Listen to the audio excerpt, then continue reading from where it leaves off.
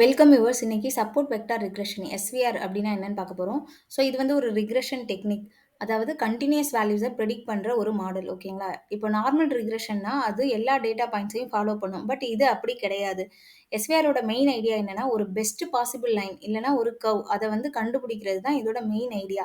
இப்போ நிறைய data points பார்த்தீங்கன்னா அந்த ஒரு ஸ்மால் எரர் பவுண்டரிக்குள்ளார வரணும் அப்படின்னு சொல்லிட்டு இந்த மாடல் ரொம்ப ட்ரை பண்ணும். ஏன்னா அந்த எரர் பவுண்டரிக்குள்ள வரும்போது அந்த எரரை இது வந்து ஸ்கிப் பண்ணிடும், கன்சிடர் பண்ணாது. ஸோ அந்த பவுண்டரியை தான் நம்ம எப்சிலான் மார்ஜின் அப்படின்னு சொல்லி சொல்றோம். அந்த மார்ஜினை விட்டு வெளியே போற அந்த எரர்ஸை தான் பிக் பிக் எரர்ஸ்னு பிக் மிஸ்டேக்காக கன்சிடர் பண்ணுவோம். ஸோ அதுக்கு பெனால்ட்டி கொடுப்போம். ஓகேங்களா?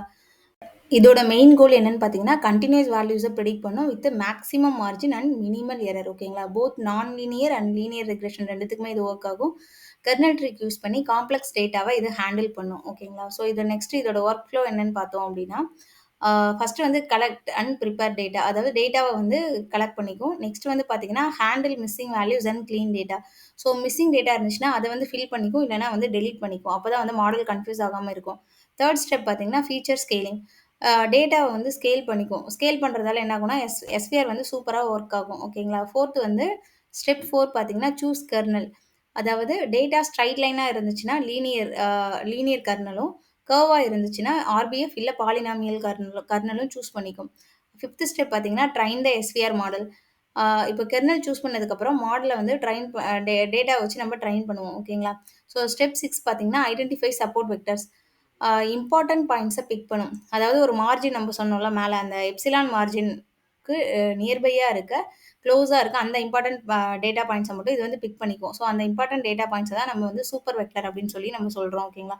ஸ்டெப் 7 பார்த்தீங்கன்னா பில்ட் எப்சிலான் மார்ஜின். ஸோ இப்போ வந்து அந்த மார்ஜினை வந்து இது கிரியேட் பண்ணிக்கும். அந்த மார்ஜின்குள்ளார இருக்க அந்த ஸ்மால் எரர்ஸை வந்து இது வந்து பெருசா வந்து கன்சிடர் பண்ணாது. ஸோ அததான் வந்து நம்ம எப்சிலான் டியூப் இல்லைன்னா எரர் டியூப் அப்படின்னு சொல்லி நம்ம சொல்றோம்.